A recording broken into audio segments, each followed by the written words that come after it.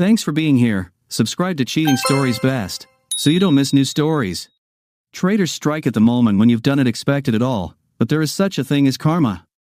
It follows on the heels and will inevitably overtake the traitor.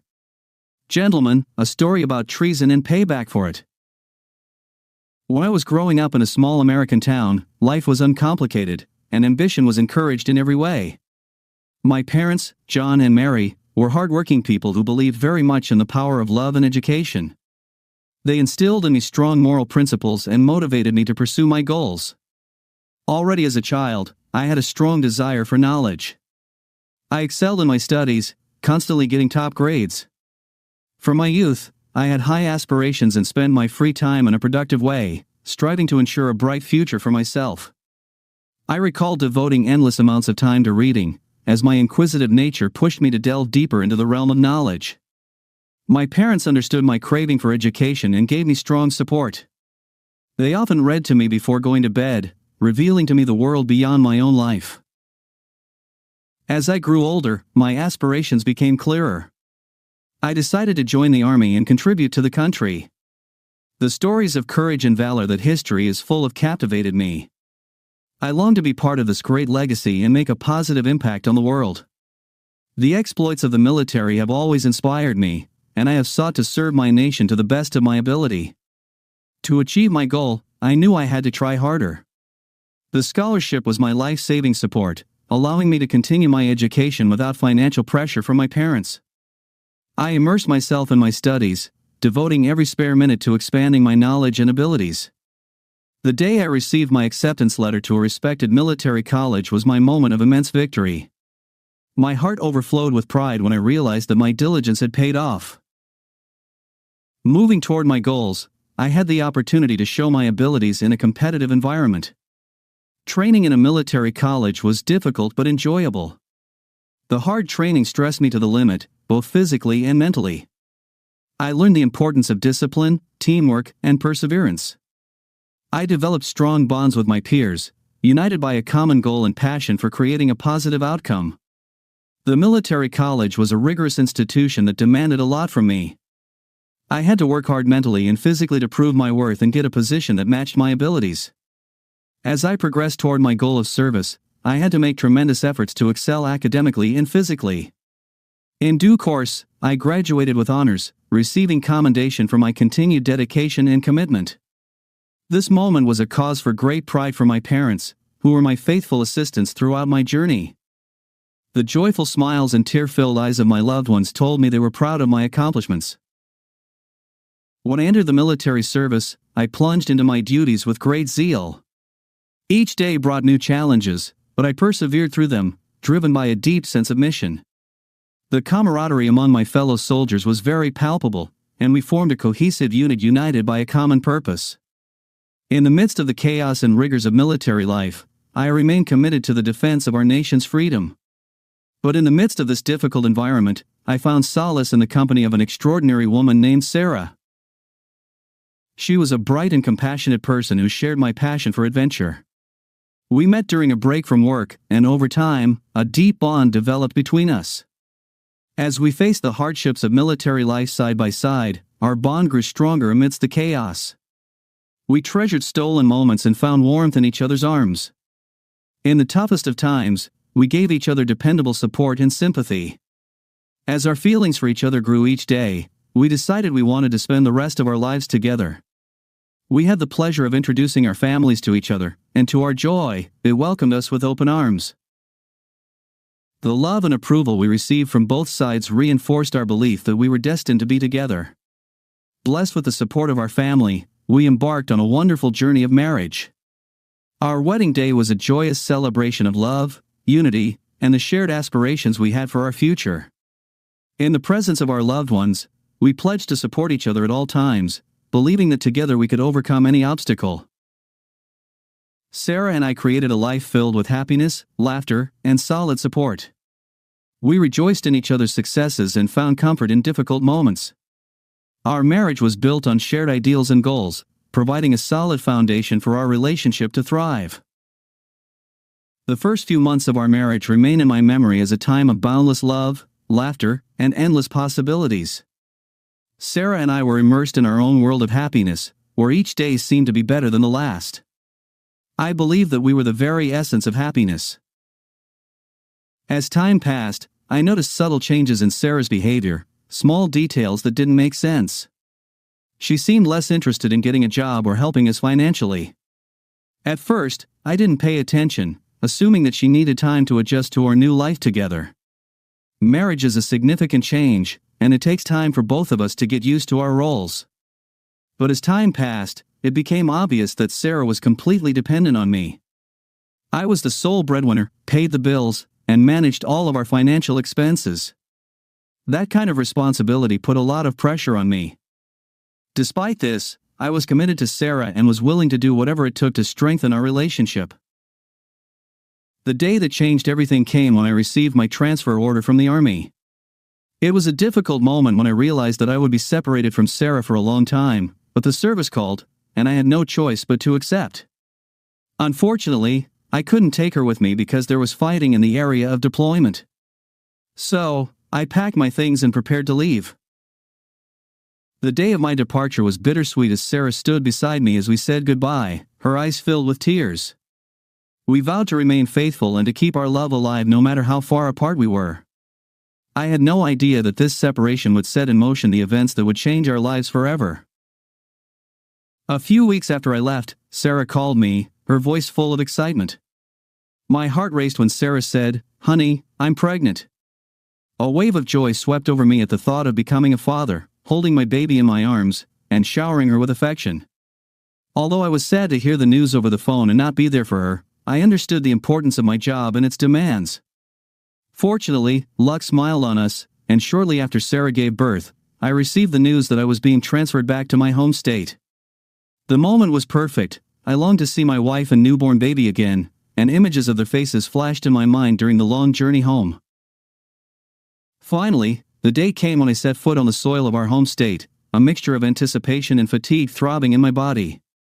Sarah met me at the airport, her face radiant with joy and her eyes sparkling with delight. I hugged her tightly, breathing in the familiar scent I longed for.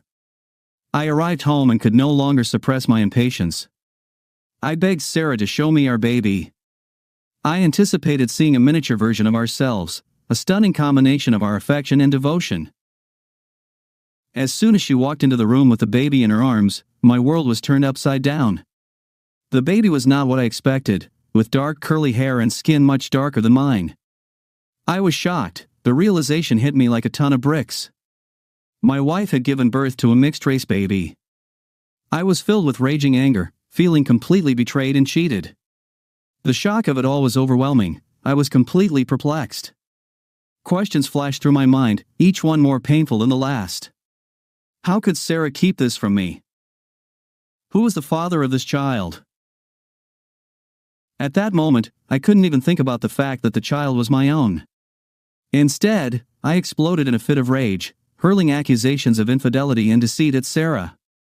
I refused to accept a child who was the physical manifestation of my deepest feelings. Sarah pleaded with me, tears rolling down her cheeks as she tried desperately to make me understand. She swore that she was faithful to me and that the child was undoubtedly mine, but my anger blinded me, and I refused to believe her words. Despite her pleas, I was still sure that something was wrong. My intuition was too strong to ignore. I'd been betrayed, and now I was being cheated. Despite my best efforts, I just couldn't bring myself to accept Sarah's explanation. I took a deep breath and asked her to talk to me. I promised to listen to her without judgment, and I asked her to tell me the truth no matter how hard it was. I braced myself for the worst, knowing that the words she would utter could ruin me completely. As she spoke, I sat in silence, a swirl of emotions swirling in my head. Sarah's words echoed through the air, filled with the weight of betrayal. The truth I demanded was finally revealed, and it shattered the illusion of our once perfect marriage. From the moment I noticed the change in Sarah's behavior, I tried to convince myself that it was just a result of the stress of my business trip. But the voice inside me wouldn't shut up, urging me to fight the doubts that plagued my mind. I couldn't ignore it anymore. I searched desperately for the truth, even if it meant destroying the very essence of our relationship. As Sarah sat in front of me, tears streaming down her face, I found it hard to summon compassion. Her confession pierced my heart, leaving behind only resentment and rage. The child she had given birth to, the innocent one that should have been a symbol of our love, was instead the result of her affair with a stripper. During our conversation, she explained that she could not continue a relationship with a man who was constantly busy with his military duties. She needed a partner who could give her his full attention and reciprocate my love. The distance between us became exhausting for her, and unfortunately, when I was deployed again, she was tempted. She had an extramarital affair with an exotic dancer, resulting in the mixed-race child she now held in her arms. As I tried to make sense of this heartbreaking situation, my mind replayed everything in a circle. The sight of Sarah in the arms of another man overshadowed the memories of our happy moments together. It was a betrayal that hurt deeply, not only in terms of fidelity but also because of trying to nude me, which now overshadowed our lives. I looked into Sarah's pleading eyes, hoping to see in them a glimpse of the woman I had once loved. My wife's eyes reflected only guilt and regret, tears streaming down her face like broken shards of trust. But they were no longer enough to move my heart. The part of me that doubted her fidelity took over, shielding me from the vulnerability of forgiveness. "I can't forgive you," I managed to say, my voice heavy with pain and despair. "What you did is too hard, Sarah. You have destroyed our love and trust," I said, my voice heavy with emotion. Her sobs grew louder, and she clung desperately to my hand, hoping it would bring some comfort. But I remained firm, unwilling to give comfort. I needed her to understand the gravity of the wound she had inflicted on us. "I understand that you can't forgive me," she whimpered, her voice trailing off between sobs. "But please try to understand. I was lonely, and I made a terrible mistake. I never meant to hurt you." Her words seemed hollow, lacking the remorse I so desperately craved.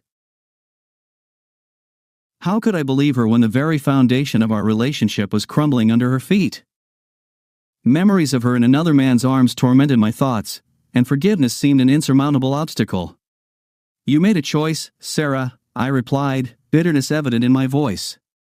"You chose to betray our marriage, to seek comfort in the arms of another man, and now you want me to forgive you?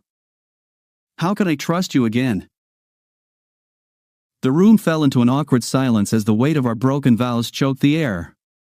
Sarah continued to cry, her tears mingling with the ruins of our love.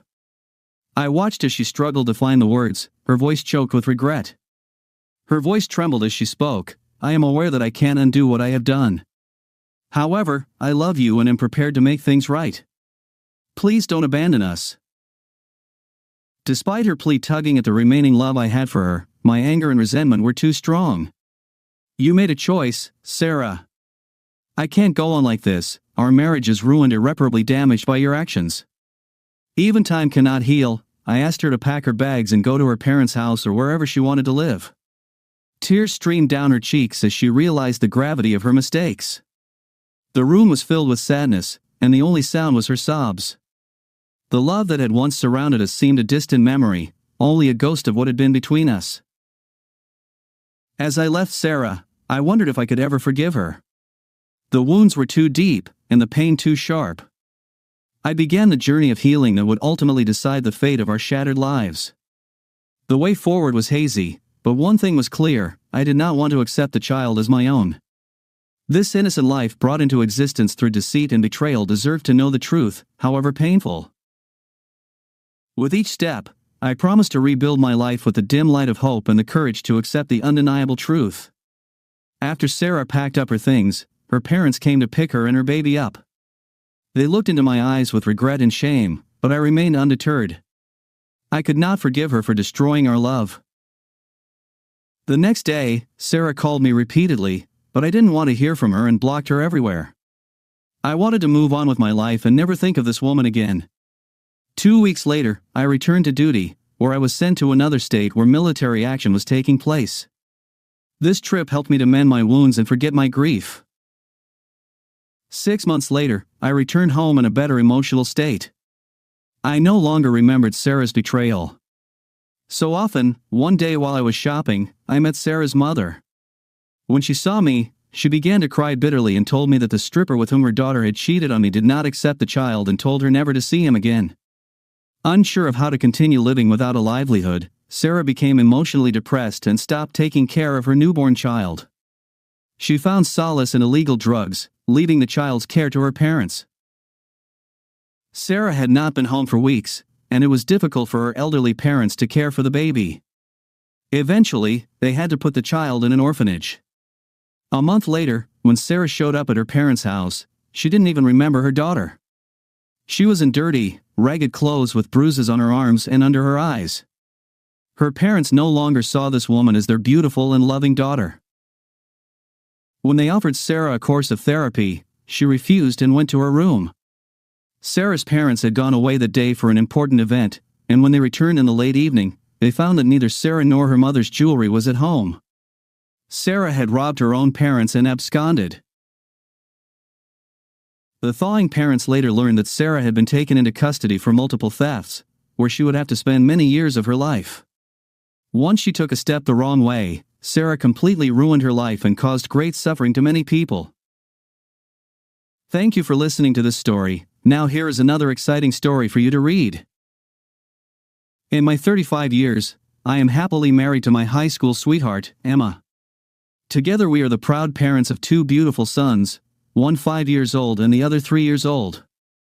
Over the years, we have shared countless memories and have always connected. But now, I am in a state of shock because I have just witnessed something I never expected to see. Getting into the car, I followed Emma as she headed toward her PE instructor's house after saying goodbye to us. Tears streamed down my face, and I prayed that she wouldn't go for what I was thinking. Despite my doubts, I gave her the okay and assumed her visit was accidental. However, my worst fears were confirmed when I saw them kiss passionately before Emma entered his house. As proof to show Emma her infidelity, I took a picture of them kissing from a distance. After she entered the building, I walked back to my car with shaky steps, hardly believing that my wife was with anyone, let alone intimate with him. As I sat in my car looking at the pictures, a flood of thoughts and emotions overwhelmed me. I was both angry and hurt at the same time, feeling lost and betrayed. I had always trusted Emma and never thought she would do something like this. I was confused and left wondering how this could have happened, how long had she been unfaithful to me, and what did this mean for our future together? Despite my doubts, I took a deep breath and tried to remain calm. I knew I needed to speak with Emma and find out what was really going on before I took any action. I knew I needed time to sort out my thoughts and emotions. It all started about a month ago when Emma returned from a 5-day trip with her friends. While she was taking a shower, her phone rang. I saw that it was one of her gym friends calling, the same one she told me had been on the trip with her. I didn't answer it, but when the phone stopped ringing, I noticed a message on its unlocked screen that took me by surprise. It read, "Where the hell have you been?"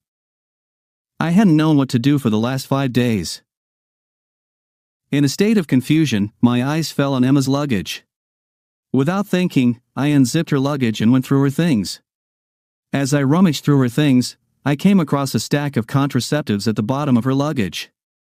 The presence of this proved that Emma was not on a girl's trip. She was with a man who needed the contraceptives for their private encounters, and that man was with her until she returned home. In my desperation to regain our relationship, I looked for any way to make Emma happy. I tried to remind her of the joy we shared together. When she made a remark about my rudeness, I replied, "Maybe I miss you so much," and pretended to sleep through the night even after making love to her. I couldn't find inner peace, so I made a decision to look into the matter. I didn't know how to find out who my wife was having an affair with, why she was betraying her family, and why she didn't care about us and our children. A lot of questions filled my mind, but I decided not to react violently to the situation. I needed to dig deeper and find out the truth. If I was wrong and my doubts were unfounded, I couldn't risk ruining my marriage. But if my suspicions were correct, I couldn't let her continue the relationship. I needed to know the truth before I took any action. As a successful businessman, I often travel out of town for weeks due to work commitments. Despite being away from home for extended periods, I never considered cheating on my wife. I trusted her wholeheartedly and never imagined that she would betray me. My mind is consumed with thoughts of how to fix our broken relationship. It was relatively easy for me to guess that Emma was having an affair because she doesn't work and spends most of her time at home. Her only outings were to the gym or to meet old friends from high school and college, and since we all went to the same school and college, I decided that someone from the gym had to be an affair partner. I started tracking the movements of her car and so far found that she was only in 2 places. There was a place 3 blocks from the gym that caught my attention.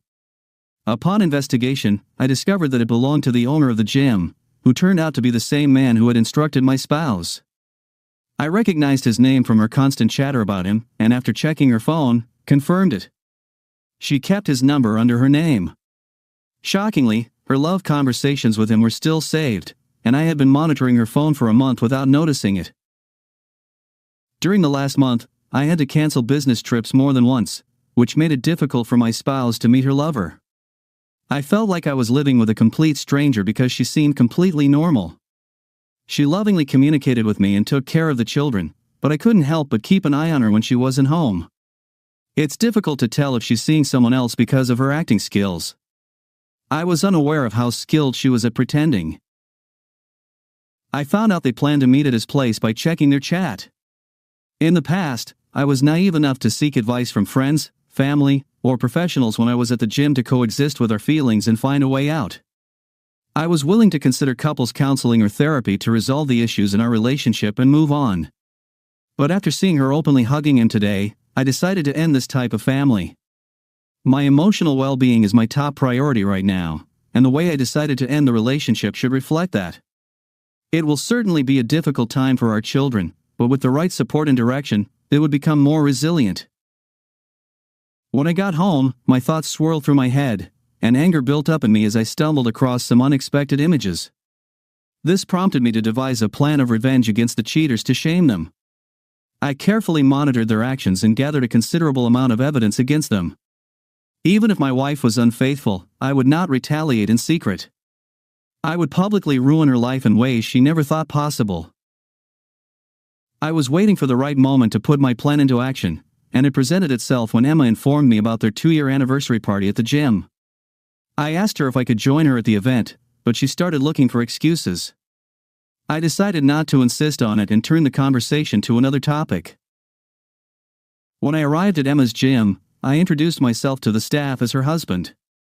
Some were stunned to learn that she was married, but I also met a few friends who already knew about our family. I explained to them that I was going to surprise Emma during an upcoming birthday party, and so it happened. Since I was absent on the day itself, I planned to have an early birthday party with her friends at her gym. She dressed stunningly and said goodbye to our kids and to me.